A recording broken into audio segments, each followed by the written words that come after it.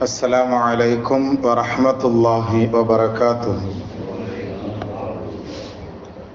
نحمده ونستعينه ونستغفره ونؤمن به ونتوكل عليه ونعوذ بالله من شرور أنفسنا ومن سيئات أعمالنا. من يهده الله فلا مضل له ومن يضلله فلا هادي له. ونشهد أن لا إله إلا الله وحده لا شريك له. ونشهد أن سيدنا مولانا محمدا عبده ورسوله. قال الله تعالى في القرآن العظيم والفرقان المجيد: أعوذ بالله من الشيطان الرجيم. بفضل بسم الله الرحمن الرحيم. واذكروا الله في أيام معدودات. قال نبينا صلى الله عليه وسلم: أيام التشريك أيام أكل وشرب وذكر، وكما قال عليه الصلاة والسلام وتسليم. صدق الله المولانا العلي العظيم. صدق النبي صلى الله عليه وسلم. رب اشرح لي صدري ويسر لي أمري واحلل عقدة من لساني يفقهوا قولي. سبحانك لا علم لنا إلا ما علمتنا إنك أنت العليم الحكيم. புகழ் அனைத்தும் அல்லாஹ்விற்கே சொந்தம். இருளக தலைவரும் பெருமானார் ரசூலை கரீம் ஸல்லல்லாஹு அலைஹி வஸல்லம் அவர்கள் மீதும், அவர்களை பின்பற்றிய சஹாபாக்கள், தாபியன்கள், தபா தாபியன்கள், இமாம்கள், அவுலியாக்கள், ஷஹதாக்கள், நாதாக்கள், சாலிஹீன்கள், குறிப்பாக இங்கு அமர்ந்திருக்கக்கூடிய நம் அனைவர்களின் மீதும், முஃமினான முஸ்லிமான ஆண் பெண் அனைவர்களின் மீதும் அல்லாஹ்வுடைய சாந்தியும் சமாதானமும் அன்பும் அருளும் பாதுகாப்பும் என்னென்றும் உண்டாதாக. ஆமீன். அல்லாஹ் தஆலா நம் அனைவர்களையும் நோயற்றவர்களாக கபூல் செய்வானாக. அவனை நினைத்து வாழக்கூடிய நல்ல முஃமின்களாக நம் அனைவர்களையும் அல்லாஹ் பொருந்திக் கொள்வானாக. அவனுடைய கடமைகளை சரியாக நிறைவேற்றக்கூடிய முழு ஆஃபியவான்களாக மௌத் வரைக்கும் நம்மை கபூல் செய்வானாக. நமது தேவைகளை நாமளே நிறைவேற்றிக் கொள்ளும்படியான முழு ஆஃபியத்தை மௌத் வரைக்கும் தந்தருள் புரிவானாக. பிஹக்கி சய்யிதினா வ ஆலி சய்யிதினா முஹம்மதின் ஸல்லல்லாஹு அலைஹி வஸல்லம். 1447வது ஹிஜ்ரி ஆண்டு இது. 12வது மாதமான துல்ஹஜ் மாதம் பிறை 11 இந்த ஜுமாவிலே நாம் அமர்ந்திருக்கிறோம். இந்த ஜுமாவினுடைய அனைத்து நலன்களையும் அடைந்து கொண்ட நல்லவர்களாகவும் நம் அனைவர்களையும் அல்லாஹ் பொருந்திக் கொள்வானா. ஆமீன். கண்ணியத்திற்குரிய அல்லாஹ் நல்லடியார்களே, இந்த பெருநாளைக்கு மறுநாள் நாம் இருக்கிறோம். இதெல்லாம் இந்த நாட்களுக்கு ஐயாமு தஷ்ரீக் அப்படின்னு பெயர்.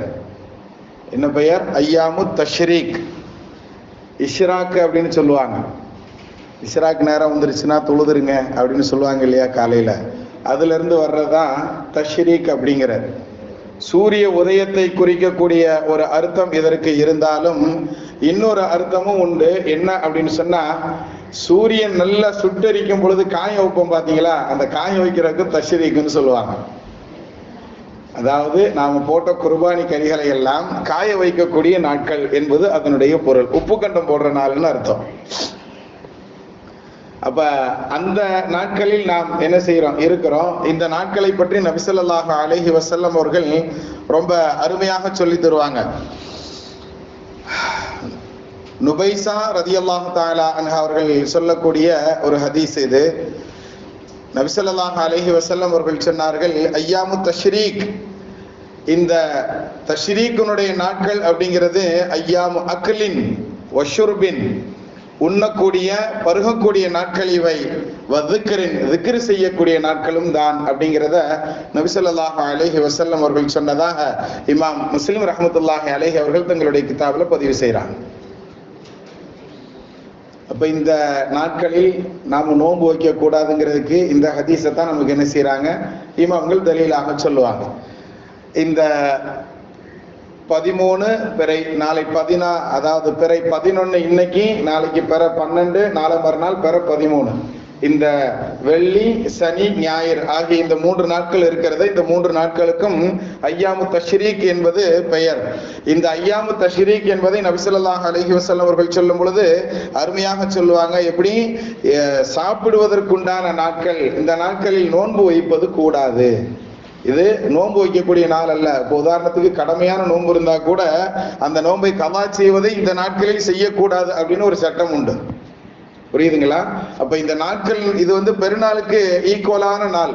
எப்படி ஈத்தினுடைய 2 பெருநாள் அன்றும் நோன்பு வைப்பது கூடாதோ அது போன்று இந்த ஐயாமு தஷ்ரீக் அப்படிங்கக்கூடிய இந்த நாட்களிலும், ஐயாமு தஷ்ரீக்னா விளங்குறதுக்கு இன்னொரு அழகான ஒரு இது சொல்லலாம்.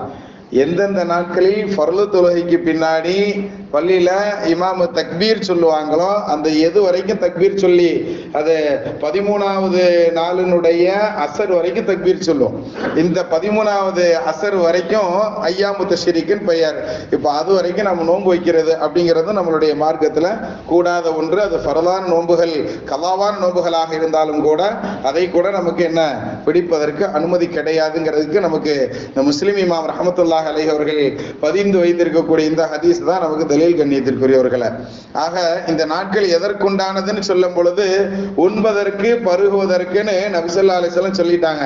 அதோடு சேர்த்து இன்னொரு வார்த்தையும் சொல்றாங்க, வதிக்ரில்லா, அல்லாஹ்வுடைய திக்ருக்கும் உண்டானதுதான் இந்த நாட்கள் அப்படிங்கறது பிரத்யேகமாக சொல்லி தர்றாங்க. இப்ப பிரத்யேகமாக இந்த வார்த்தையை இங்கு நபி ஸல்லல்லாஹு அலைஹி வஸல்லம் அவர்கள் சொல்வதற்குண்டான நோக்கம் என்ன? நல்லா சாப்பிடு, நல்லா குடிச்சுக்கோ. பானங்களை குடிப்பதும் உணவுகளை உண்ணுவது மட்டுமல்ல, அதற்கு தகுந்தாற்போல் இறைவனையும் நீ நினைத்துக்கொள் என்பதைத்தான் நமக்கு அந்த ஹதீஸ் சுட்டி காட்டுகிறது. கண்ணியத்திற்குரியவர்கள், இன்னைக்கு ஒரு நாளை நாம் நினைத்து பார்க்க வேண்டிய ஒரு நாள். சமீபத்தில் 2011 அந்த நாள் உருவாக்கப்பட்டது.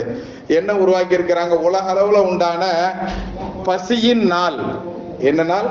பசியின் நாள், பட்டினி நாள் அப்படின்னு சொல்லி உலகத்துல ஏதாவது ஒரு நாள் ஒவ்வொரு நாளைக்குன்னு சொல்லி தேர்ந்தெடுத்துக்கிட்டே இருக்கிறாங்க இல்லையா? அது மாதிரி அன்னையர் தினம் அப்படின்பா, தந்தையர் தினம், சகோதரர் தினம் சொல்றான் பாருங்க. அது மாதிரி பட்டினி தினமா. எதுக்கு? மே மாசத்தினுடைய 28ஆம் தேதி, நமக்கு நேற்று பெருநாள், அப்படித்தானே? இந்த மே மாசத்தினுடைய 28ஆம் தேதி அப்படிங்கிறது பட்டினி தினம் அப்படின்னு சொல்லி அனுசரிக்கிறாங்க. ஏன்னா உலகத்துல புள்ளிவர கணக்கை படிச்சு பார்க்கும்போது கொஞ்சம் ரொம்ப புல்லரிக்கு, நாமளும் ரொம்ப வசதியான வாழ்க்கை வாழ்ந்து கொண்டு இருக்கிறோம் என்பதை நினைத்துக் கொள்ளுங்கள் கண்ணியத்திற்குரியவர்களை. இன்னும் அதாவது எத்தனையோ ட்ரில்லியன் பில்லியன் கணக்குல உண்டான மக்கள் அன்றாட உணவுக்கே சிரமப்படக்கூடிய லெவல்ல இருக்கிறாங்கன்னு இன்னைக்கு காலையில நாம படித்து பார்க்கும் பொழுது புள்ளிவர கணக்குகள் சொல்லி தருகின்றன. ஊட்டச்சத்து இல்லாத உணவு அப்படிங்கிறதுல கிட்டத்தட்ட 5 நாடுகள் இடம்பெறுகிறது. அந்த நாட்டுல சாப்பாடு சத்து இல்லாத சாப்பாடு மட்டும்தான், வெறும் பொக்கு தான். உதாரணத்துக்கு எப்படி பொக்கான உணவுகள் மட்டும்தான், புஷ்டியான உணவுகள் அங்க இல்லை அப்படின்னு சொல்லி பதிகிறாங்க. நம்ம நல்லா சாப்பிடுறது மட்டுமல்ல, நல்லா குடிப்பது மட்டுமல்ல, நாம் எவ்வளவு வீண் விரயம் செய்கிறோம் அப்படிங்கிறதையும் கொஞ்சம் கணக்கெடுத்து பாருங்க. ஒரு நாளைக்கு நம்ம குடும்பத்தில் உண்டான ஒரு வீட்டில் மட்டும் எவ்வளவு பொருட்களை நாம் வேஸ்ட் ஆக்குறோம், குப்பைக்கு எவ்வளவு போகுது, டெய்லி குப்பை போடுற நபர்களாக இருந்தால் நமக்கு தெரியும். அப்ப அவ்வளவு வீண் விரயங்களில் நாம் ஈடுபட்டு கொண்டு இருக்கிறோம். ஆனால் இன்றும் உணவுகள் இல்லாத, இவ்வளவு டெக்னாலஜி நிறைஞ்ச காலம், நாங்க வல்லரசு நாடு, அப்படி இப்படி நாங்க நினைச்சா ஒரு சொடக்கு போடுறதுக்குள்ள ஒரு நாட்டையே அழிச்சிரும்னு சொல்றவங்களால கூட ஒரு நாட்டினுடைய பசியை போக்க முடியாது அப்படிங்கிறத நாம் விளங்கிக் கொள்ள முடியும். அல்லாஹ் தஆலா குர்ஆன் ஷரீஃப்ல ஒரு வசனத்துல அருமையாக சொல்லி தருவான். அவங்களுக்கு எப்படி உணவு கிடைக்குதுங்கிறத அந்த மக்கள் சிந்தித்து பார்க்க வேண்டாமா? சாப்பிடுற உணவை பத்தி அல்லாஹ் அவ்வளவு அருமையாக சொல்லி தருவான்.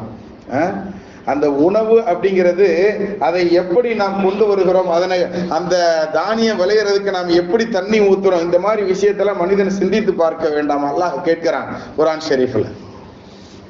அப்ப அந்த உணவை நாம் உற்பத்தி செய்வதற்கு எவ்வளவு மெனக்கெடுறோம் தெரியுமா அப்படிங்கறத அல்லாஹ் சொல்லி காட்டும் பொழுது, அது ஒரு விதையாக போடுறது, ஒரு நெல்லுமணியை போட்டோம்னு சொன்னா அது விளைஞ்சி அது கதிராக அதுல 70 மணிகள் உருவாகக்கூடிய 70 அல்லது அதற்கு மேற்பட்ட மணிகள் நமக்கு வருது அப்படின்னு சொன்னா, அந்த 70லயும் எத்தனை அரிசி நெல்லா தானே வரும்.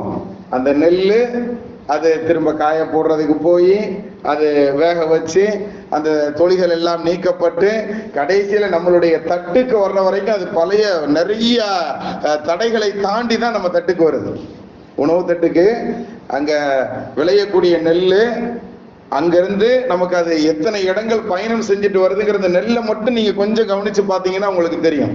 அது போய் வரக்கூடிய இடங்கள் எல்லாத்தையும் தாண்டி கடைசியில் நம்ம தட்டுக்கு நமக்கு அது உணவாக மாறி சால்னாவோட சேர்ந்து இருந்தாலும் கூட எத்தனை சோற கீழே போடுறோம். கீழே விழுந்தது எடுத்து சாப்பிடக்கூடாதுன்னு நினைச்சிட்டு இருக்கிறோம். நம்ம கீழே விழுகிற உணவை எடுத்து சாப்பிடக்கூடாதுன்னு நினைச்சுக்கிட்டு இருக்கிறோம்.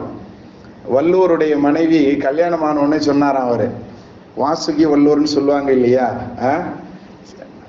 அவரு கல்யாணம் ஆகும்போது சொன்னாராம், நான் சாப்பிடும் போது எனக்கு உணவு வச்சா பக்கத்துல ஒரு கிளாஸ்ல தண்ணியும் ஒரு ஊசியும் கொண்டு வந்து வையின்னு சொன்னாராம். அந்த அம்மா காலத்துக்கும் கடைபிடிச்சிச்சான். வயசாகி அந்த அம்மா மூத்தா போகக்கூடிய நேரத்துல சக்கராத்து ஹால்ல இருக்கும்போது கேட்டுச்சான் கணவர்கிட்ட, இந்த மாதிரி கிளாஸ்ல தண்ணியும் வச்சு ஒரு ஊசியும் பக்கத்துல வைக்க சொன்னீங்களா, எதுக்காண்டி அப்படின்னு.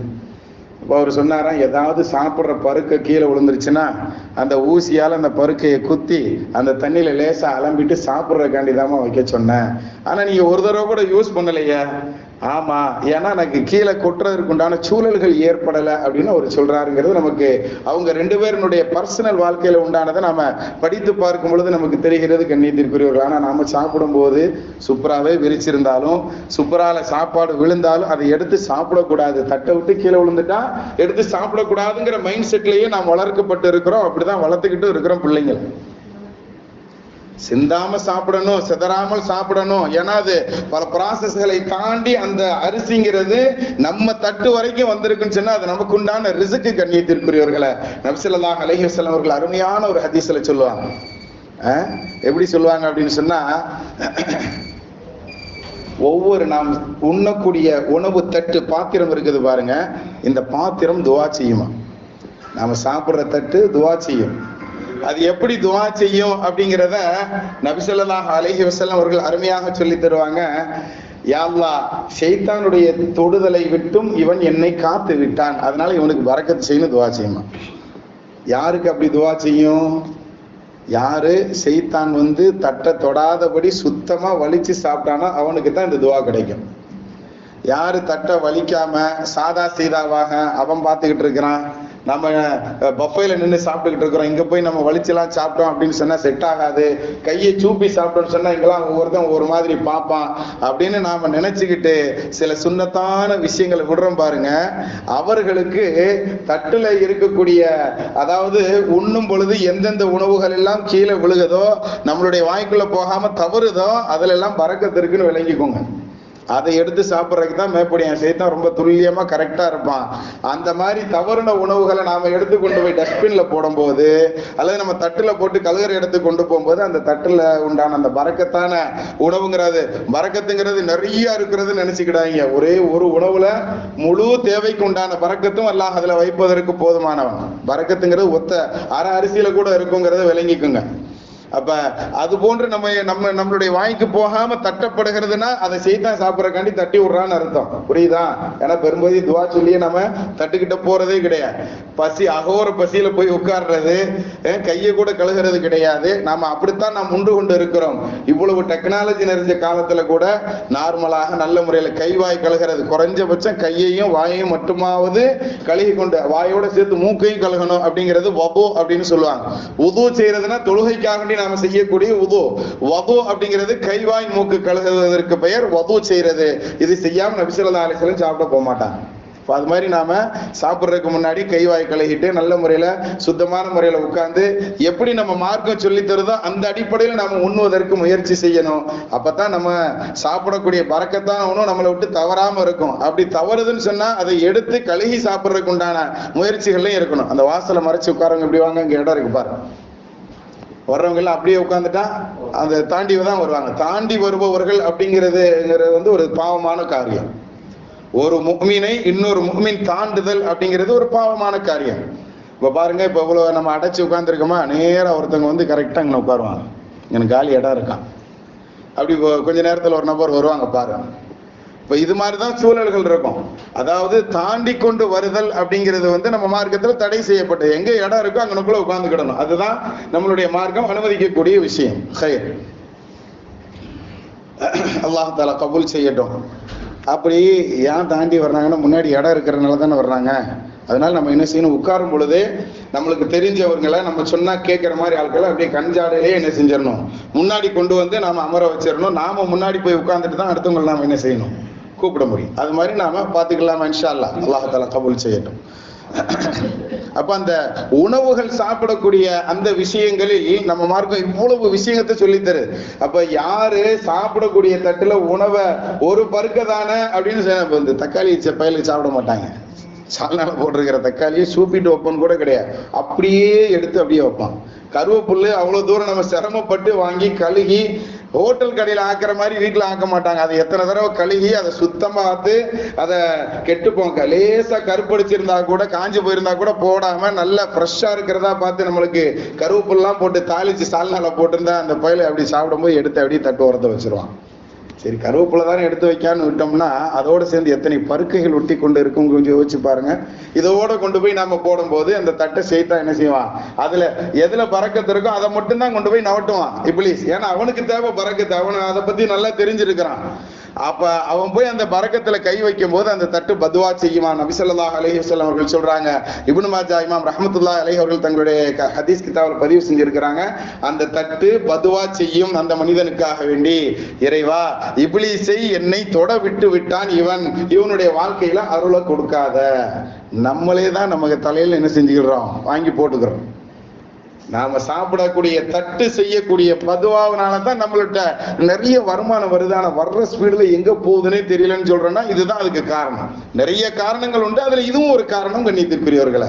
அப்ப பசியின் தினம் அப்படின்னு சொல்லி, பட்டினி தினம் அப்படின்னு மே மாசம் 28 அனுஷ்டிக்கணும்னு சொல்லி உலக அளவுல ஒரு நாளை கொண்டாடுறான்னா பசியை பத்தி எல்லாரும் தெரிஞ்சுக்கிடணும். இவ்வளவு மக்கள் சாப்பிடாம கிடக்கான், இவ்வளவு மக்கள் 5 பெரிய நாடுகள், சொமாலியா போன்ற 5 நாடுகள். சமீபத்துல நாமெல்லாம் கொஞ்ச நாளைக்கு முன்னாடி கூகுள் ஒரு போட்டோ பார்த்திருப்போம்.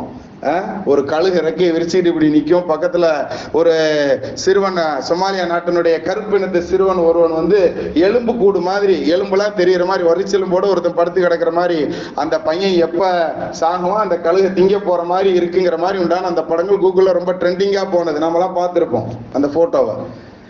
அந்த போட்டோவை எடுத்து பதிஞ்சான் பாருங்க.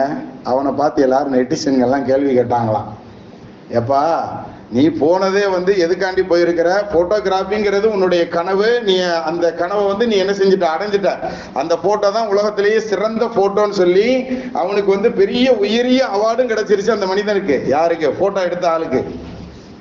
ஆனா நெட்டிசன்கள் எல்லாம் அவனுடைய இன்ஸ்டாகிராம் பக்கத்துல எப்படி கேள்வி கேட்டாங்கன்னா, நீ போனீங்க அந்த பண்ணை எடுத்தாது நீ கொண்டு போன, நீ உனக்குன்னு வச்சிருப்ப ஏதாவது ஒரு பண்ணை, ஏதோ ஒரு ரொட்டி வச்சிருப்பைய, அதை எடுத்தாலும் அந்த பையன் கையில நீ கொடுத்துருக்கலாமே, அவன் உயிரை காப்பாத்திருக்கலாமே அப்படின்னு கேட்டாங்களாம். அந்த கேள்வி அவனை உறுத்திக்கிட்டே இருந்து அவன் தன்னுடைய வீட்டிலேயே தனிமைப்பட்டு அவன் கடைசியில் தற்கொலை செய்து இறந்து போனான்ங்கிறது வரலாறு கண்ணியத்திற்குரியவர்களை. பசி அது வேற எங்கேயோ இருக்குன்னு நினைச்சுக்கிட்டு இருக்காதீங்க.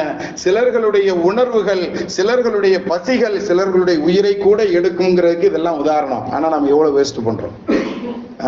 இது ஐயாமு தஷ்ரீக், உண்பதற்குண்டான நாள், குடிப்பதற்குண்டான நாள்.